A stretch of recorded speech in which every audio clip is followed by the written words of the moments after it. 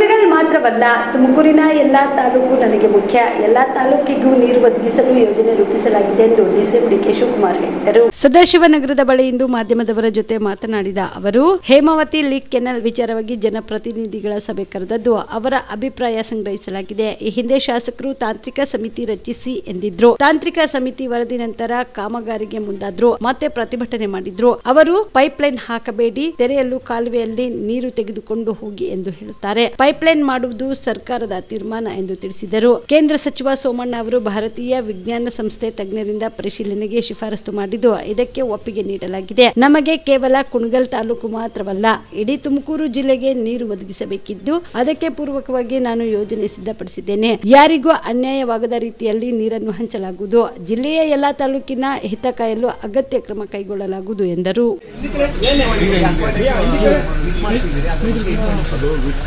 Strategies ನಾನು video ಇದೆ, video ಸೇರಿಸಿ ನಿನ್ನೆ ಸಭೆ ಆಯಿತು ಸರ್. ಹೇಮಾವತಿ ಲೀಕ್ ಕೆನಲ್ ಬಗ್ಗೆ ಔಟ್ಕಮ್ ಏನು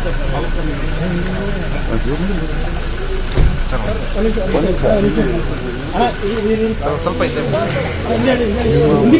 ವಿಚಾರದಲ್ಲಿ ನಾವು ಬಹಳ ಗೌರವ ಕೊಟ್ಟು MLAs ಏನು ಹೇಳ್ತಾರೆ ಅಂತ ಅಂದ್ಬಿಟ್ಟು ಅವ್ರು ಏನು ಹೇಳೋದು ಒಂದು ಟೆಕ್ನಿಕಲ್ ರಿಪೋರ್ಟ್ ಮಾಡಿ ಅಂತ ಅಂದ್ಬಿಟ್ಟು ಟೆಕ್ನಿಕಲ್ ರಿಪೋರ್ಟ್ ಆದ್ಮೇಲೂ ಕೂಡ ಅವರು ಸ್ಟ್ರೈಕು ಮತ್ತೊಂದೆಲ್ಲ ಮಾಡಿದ್ರು.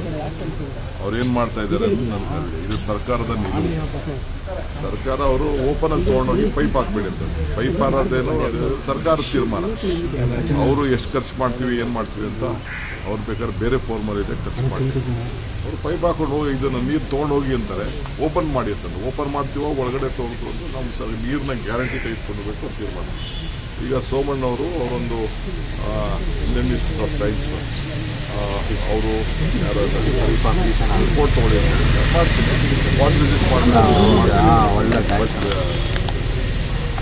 ನನಗೆ ತುಮಕೂರು, ಇಡೀ ತುಮಕೂರು, ನನಗೆ ಇದು ಒಂದೇ ಅಲ್ಲ, ಕುಣಿಗಲ್ ಒಂದೇ ಅಲ್ಲ, ಇಡೀ ತುಮಕೂರಿಗೆ ನೀರು ಒದಗಿಸ್ಕೊಡ್ಬೇಕು. ಅದಕ್ಕೆ ನಾನು ಈಗಾಗಲೇ ಯೋಜನೆಗಳನ್ನು ಸಿದ್ಧತೆ ಮಾಡ್ತಾಯಿದ್ದೀನಿ. ಅದನ್ನು ಯಾವ ರೀತಿ ಎಕ್ಸೆಸ್ ನೀರು ಹೋಗಬಾರ್ದು, ಏನೂ ಆಗಬಾರ್ದು, ಎಲ್ಲರಿಗೂ ನ್ಯಾಯಬದ್ಧವಾಗಿ ನೀರು ಜಾಸ್ತಿ ಇದ್ದಾಗ ನೀರು ಜಾಸ್ತಿ ಹೋಗಬೇಕು, ನೀರು ಕಡಿಮೆ ಇದ್ದಾಗ ನೀರು ಕಡಿಮೆ ಹೋಗ್ಬೇಕು. ಆ ಪ್ರಕಾರ ಮಾಡ್ತೀನಿ.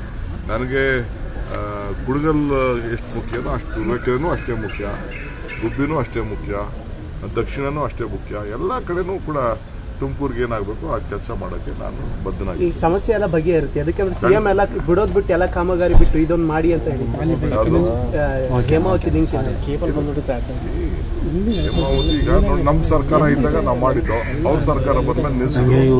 ನಮ್ದು ಮೆಡಿಕಲ್ ಕಾಲೇಜ್ನ ನಿಲ್ಸಿದ್ರು, ಬೇರೆ ಬೇರೆ ಎಲ್ಲ ಚೇಂಜ್ ಮಾಡಿದ್ರು. Government is the wish of the government. ನಾನು ಅವ್ರದ್ದೇನು ಏನು ಮಾಡೋಕ್ಕಾಗ್ತದೆ. ಯಡಿಯೂರಪ್ಪನವ್ರು ನಮಗೆ ಪ್ರಾಮಿಸ್ ಮಾಡಿದ್ರು, ಮೆಡಿಕಲ್ ಕಾಲೇಜು ಆಯ್ತಪ್ಪ ನಾನು ಮುಂದುವರ್ಸ್ತೀನಿ, ಬಜೆಟಲ್ಲಿತ್ತು. ಈಗ ಅವರು ಮಾಡಲೇ ಇಲ್ಲ, ಎತ್ಕೊಂಡೋಗಿ ಚಿಕ್ಕಬಳ್ಳಾಪುರ. ಹಿಂದೆ ಕುಮಾರಸ್ವಾಮಿ ಗೌರ್ಮೆಂಟ್ ಕ್ಯಾನಲ್ ಆಗಿತ್ತು, ನಾನು ಮಿನಿಸ್ಟರ್ ಇದ್ದಾಗೆ ಆಗಿತ್ತು, ಅದು ನಿಲ್ಲಿಸಿದ್ರು. ಈಗ 600ರಿಂದ 900 ಕೋಟಿ ರೂಪಾಯಿ, 1000 ಕೋಟಿ ರೂಪಾಯಿ ಆಗಿದೆ. ಅದಕ್ಕೆ ಯಾರು ಜವಾಬ್ದಾರಿ? ಕೃಷ್ಣಪ್ಪನವರು, ಸುರೇಶ್ ಗೌಡರು ಜವಾಬ್ದಾರಿ ತಗೊಳ್ಳೋಕ್ಕಾಗ್ತದ? ಜೀವ super speciality trauma emergency 24x7 ತುರ್ತು ಚಿಕಿತ್ಸಾ ಸೌಲಭ್ಯವುಳ್ಳ ಆಸ್ಪತ್ರೆ. ತಜ್ಞ ಅನುಭವಿ ವೈದ್ಯರ ತಂಡದಿಂದ ಜೀವ ಸೂಪರ್ ಸ್ಪೆಷಾಲಿಟಿ ಆಸ್ಪತ್ರೆ ಪ್ರಾರಂಭ. ಕಲಬುರಗಿ ಮೂಲದ ವೈದ್ಯರು ಬೆಂಗಳೂರು, ಹೈದರಾಬಾದ್, ಮುಂಬೈನಲ್ಲಿ ಕಾರ್ಯನಿರ್ವಹಿಸಿದ ತಜ್ಞ ವೈದ್ಯರ ತಂಡದಿಂದ ಇವಾಗ ಕಲಬುರಗಿಯ ಜೀವ ಸೂಪರ್ ಸ್ಪೆಷಾಲಿಟಿ ಆಸ್ಪತ್ರೆಯಲ್ಲಿ ಗುಣಮಟ್ಟದ ಚಿಕಿತ್ಸೆ.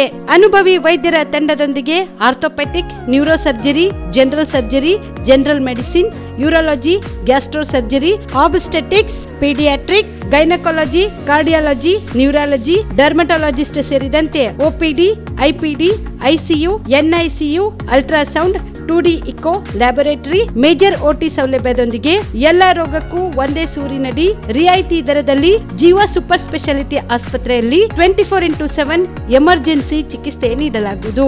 ಹೆಚ್ಚಿನ ಮಾಹಿತಿಗಾಗಿ ಸಂಪರ್ಕಿಸಿ ಜೀವ ಸೂಪರ್ ಸ್ಪೆಷಾಲಿಟಿ ಆಸ್ಪತ್ರೆ, ನ್ಯೂ ಜೇವರ್ಗಿ ರಸ್ತೆ, Santosh colony, Kalaburagi. Mobile number 9380736005ಗೆ ಸಂಪರ್ಕಿಸಿ.